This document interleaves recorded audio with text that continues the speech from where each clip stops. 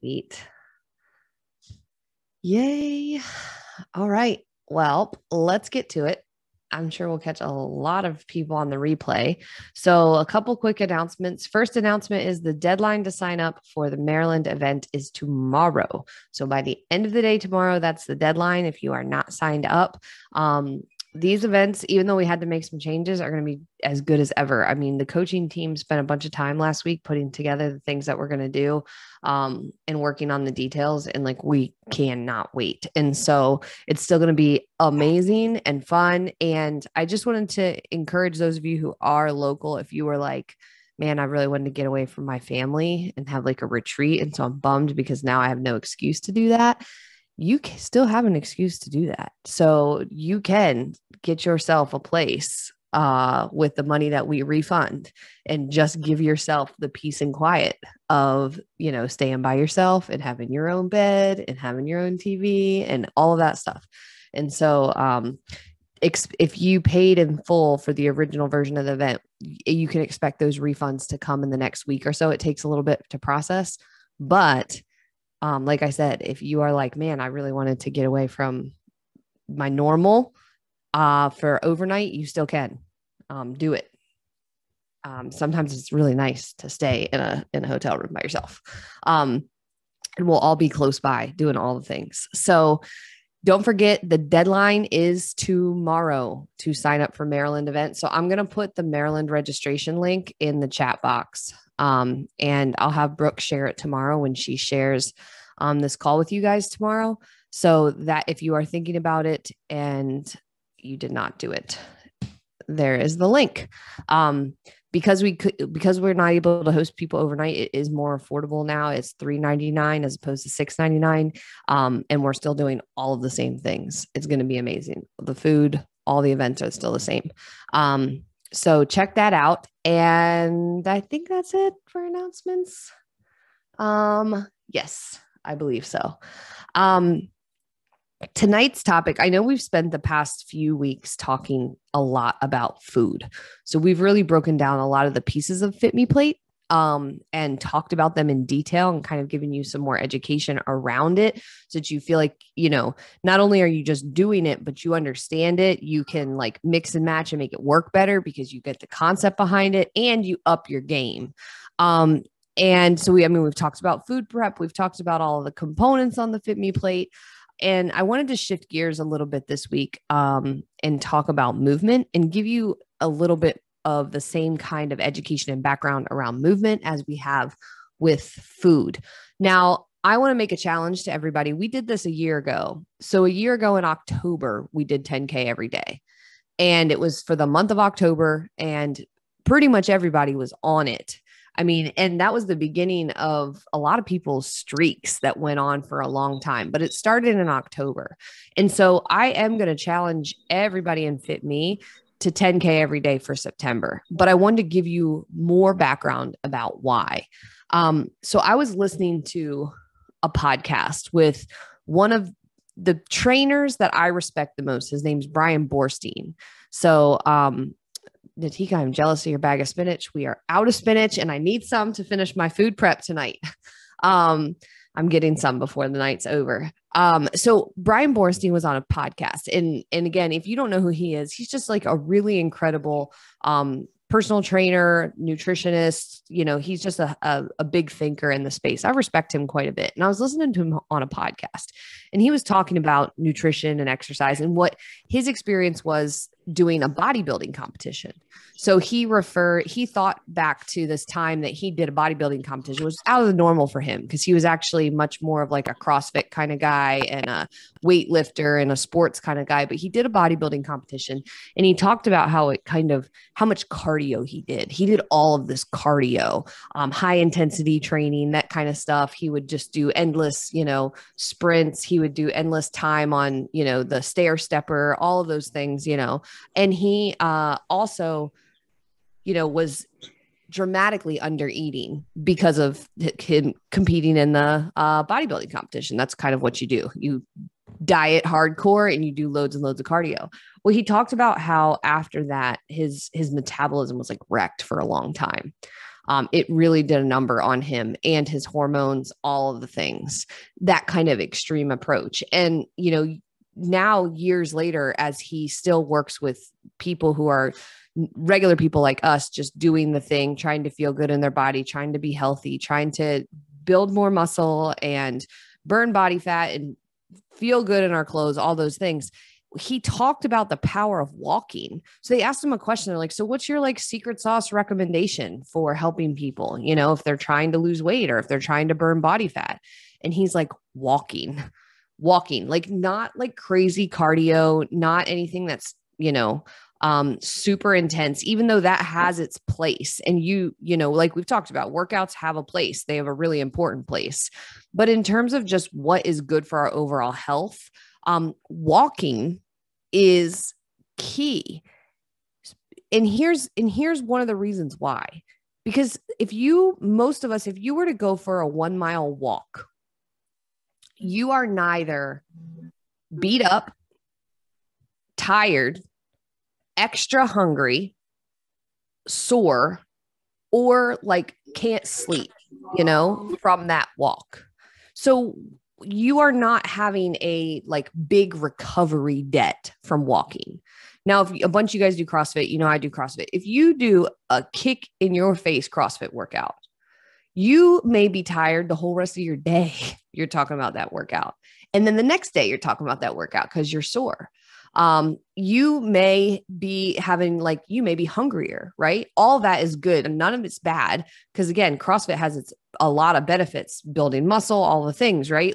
Good for your heart, but there's a recovery debt. So that's the part that I want you to understand. When we do workouts like CrossFit, weightlifting, any kind of exercise, even high intensity Zumba class, even there's a recovery debt. You have to rest, eat food, sleep really good that night to recover from that workout. And we should, but you've only got so much time, right? That's part of the thing too. It's you can't work out and recover the appropriate amount of time unless you're a professional athlete. So if you say okay, I've got 3 hours in my week to get really good workouts in, I'm going to get good workouts in 3 hours a week and I recover from them. So I know I'm getting enough sleep. I know I'm eating enough. I know I'm not too sore that I just want to sit out for a month, 3 hours a week is good. Or maybe it's 4 or 5. That's your workout time. So then if you're well, how do I get to where I want to be faster? How do I get in better shape? How do I burn more body fat? How do I, feel like my clothes fit better? The general standard knowledge that you would think would be, well, I got to add more workouts in. Maybe I should do 2-a-days. Maybe I should go 6 days a week to CrossFit. But the answer, and this is what Brian Bornstein said on his podcast, which is what we talked about for a long time, but it was just nice to be validated by somebody I really respect, is that the answer isn't more workouts. As long as you're doing 3 or 4 a week, you're good. The answer is more walking.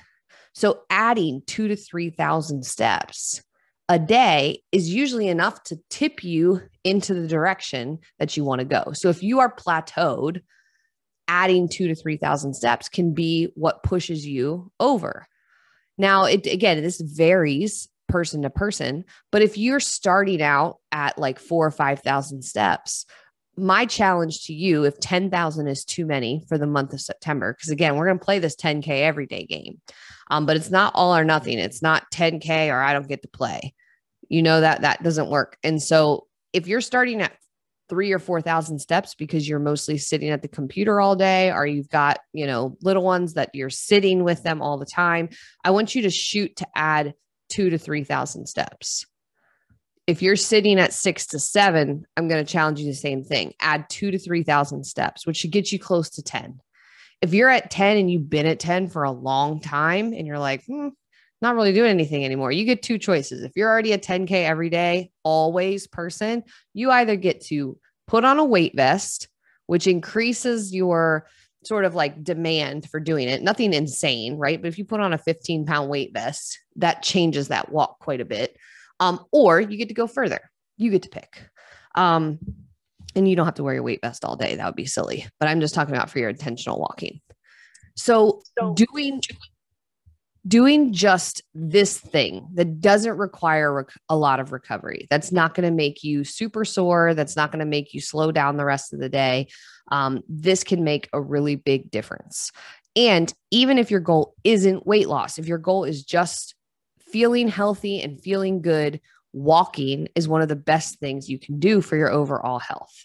It's good for your cardiovascular system. It's good for your joints. And so I thought I would just give you a little bit more background on the concept of walking rather than just say like, we're going to play 10K every day. That's your goal. This is why. It's this like recovery piece. This is the, like, it doesn't cost your body a lot to do it, but even adding, 2,000 to 3,000 steps a day probably burns an extra 200 to 300 calories. And again, I'm not like a calorie counter. I don't generally think that that's going to like lead to happiness is like, okay, I walked this, I burned an extra couple hundred calories, I get to do more. I'm not saying that. I'm just giving you the background behind it. So, oftentimes, and I think I've shared this with you guys before, when I was coaching CrossFit full time, that was my full-time job. I was on my feet all the time. And I stopped doing that when we were getting ready to move out to Washington right before we transferred our military transfer. So I stepped down from that job and I started doing more online. So that's the beginning of Fitme actually started like that. But my lifestyle changed from walking all day to walking not so much. And that I changed nothing else. I did the exact same workouts that I was doing before, and I was eating the exact same. And I put on 5 pounds, changing nothing else except my activity level. And going from probably 10,000 steps to more like 5,000 to 6,000. So all it was me just being less active. I slowed down. And so, a couple pounds came on because of it. It wasn't the end of the world, but it was just very interesting to think about that in retrospect. So your target this week, one, we're going to play 10K every day starting tomorrow and going through the month of September. And again, wherever you're at is totally fine if you're not quite at 10K yet. One other thing, if you don't track your steps, that's fine. This still applies to you. So if you are someone who is like, doesn't have a step counter because you don't want to, or you don't have one and you don't need one. But I want you to think that it's basically 4 miles of walking is 10,000 steps. That's basically what it is. And most people, if they're just kind of like walking around their house doing stuff, you're like a dog or kids or something, you kind of like walk the minimum amount, you're probably in that 3,000 to 4,000 range. Like you probably knock out a mile in a little bit just doing life. But beyond that, you usually have to be intentional if you don't have a reason to be up. So even if you don't have a step counter, that's fine. You can still play this game by just simply adding 1 mile of walking in. So you can play along too. You do not need a step counter, but adding 1 mile is approximately 2,000 to 3,000 steps. So your target is to talk to your coach about how much you're currently walking. And if this applies to you specifically, and it does, then I want them to know that what your target is for the month, whether you're going to go for 10K every day, or if you are going to do what is right for you and modify that. But this is a great, like, simple thing that we can all do together. So I would love to hear your thoughts on it, questions or ideas. It's simple, but it's always the simple stuff.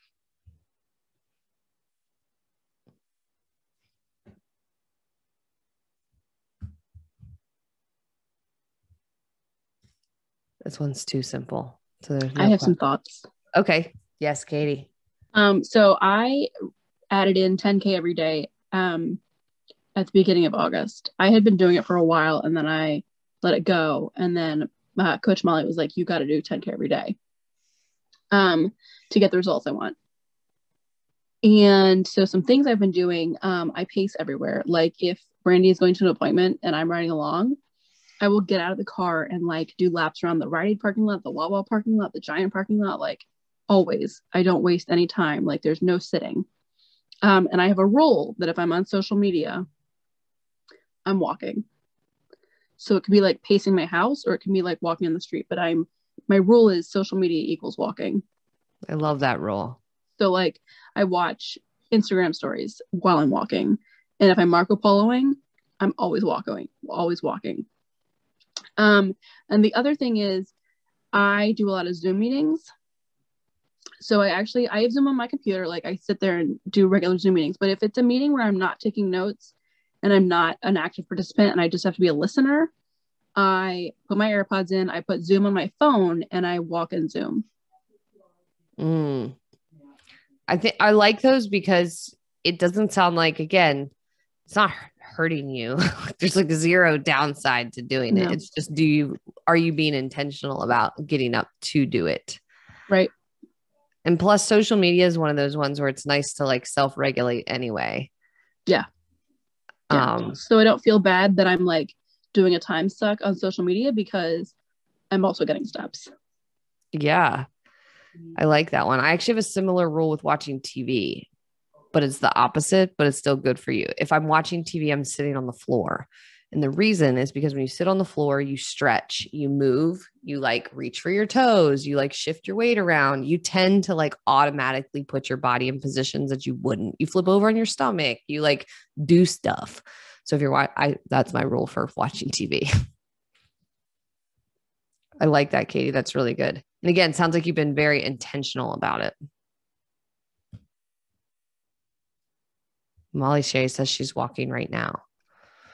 It's funny because this is one that if you're intentional about it, you do it. But if you aren't, it's really easy for it to just not go away, especially if you're doing hard exercise. So I've shared this before, but our bodies are really smart. They don't want to change. Our bodies do not want to change. Part of our survival system is built to stay the same. It's called homeostasis. We do not want to change. So when you do a hard workout, like a really hard one, your body's like, whoa, change happening, must slow down.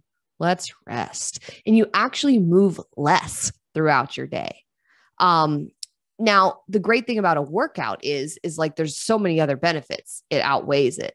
So, but please do not let me discourage you from working out. I'm just pointing out the obvious, which we all know, right? If you get a beat down workout on a Saturday morning, you're like, I'm just going to sit. I'm going to chill because our bodies know, like we want to chill. So it's really interesting to think about. And you know what? When people diet too hard, like when they are too low of calories, our bodies also slow down because they're like, wait a minute, something terrible is happening here. Like I'm not getting enough food. So we're not going to fidget. We're not going to move around as much. We're not going to do as much. We're going to slow down. So but it happens without us even noticing.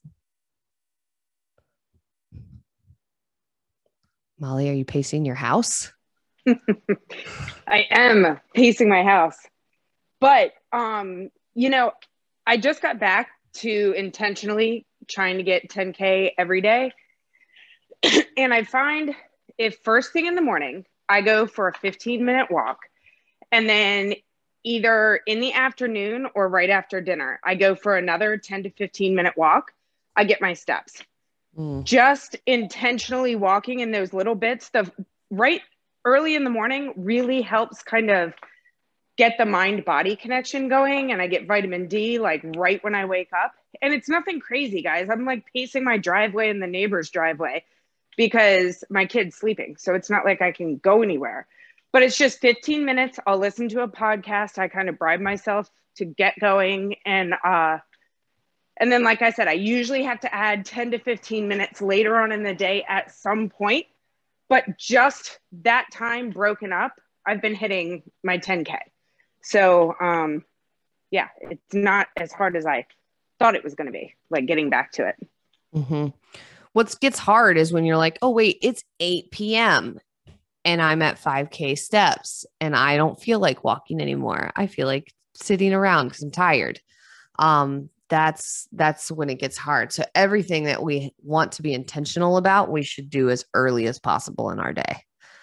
I just put a link to an Instagram post I made in the chat box, which breaks down a strategy really similar to Molly's to how to get 10K every day if you work behind a computer. So like just a simple strategy that just kind of breaks up your day and it tells you exactly what to do. I like it, Molly. I think that's a good point. It doesn't have to feel hard. It also can feel like short bites. I know Natika has shared that before. I won't, how she would do like short little laps that add up. And they really do.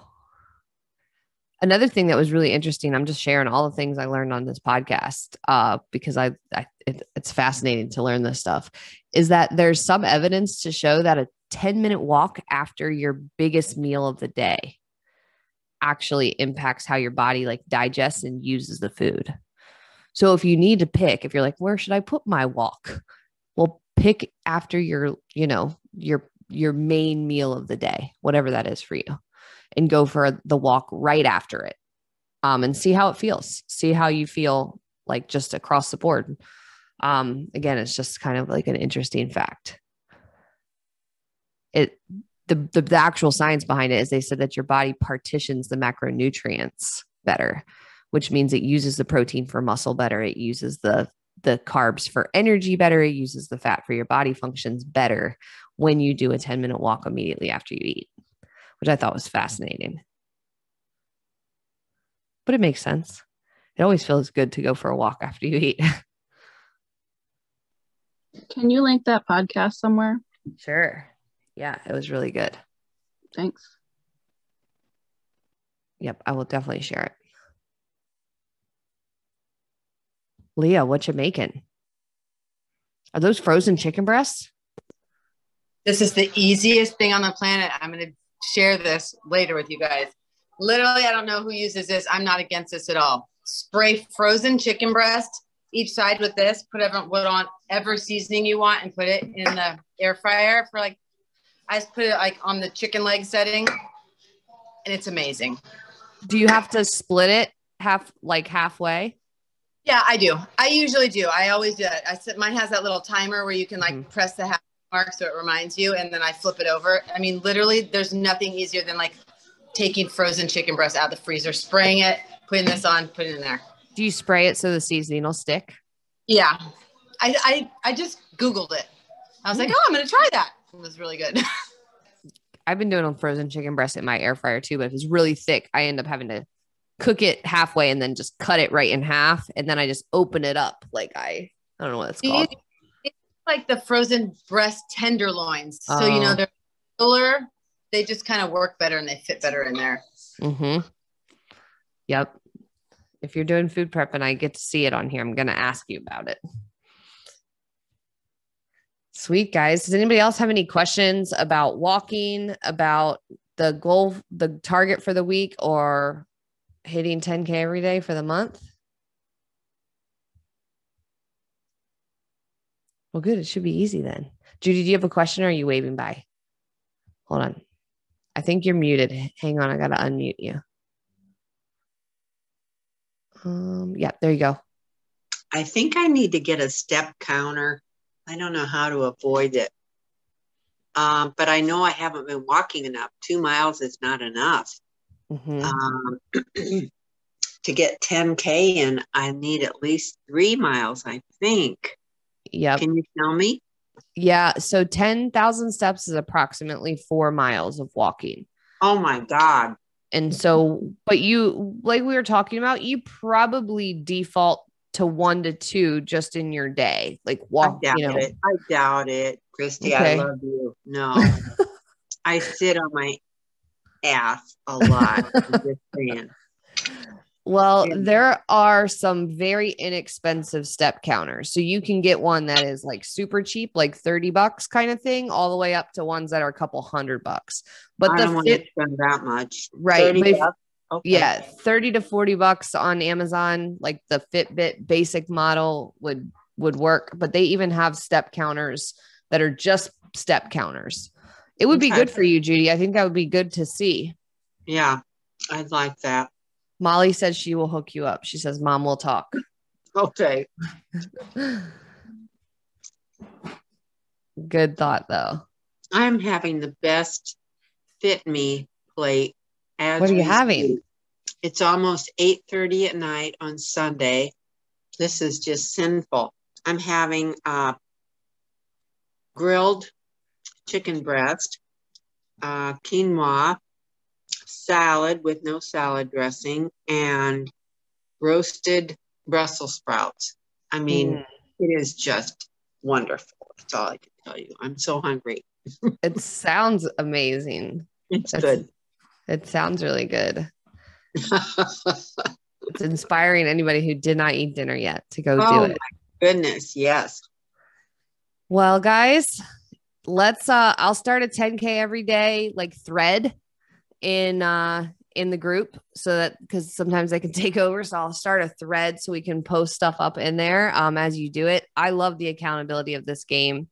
And remember, start where you're at. So if it's not 10K yet, it can be less than that. But reach out to your coach, let them know. And we'll talk to you guys later. I'll see you this week. Bye, guys. Bye.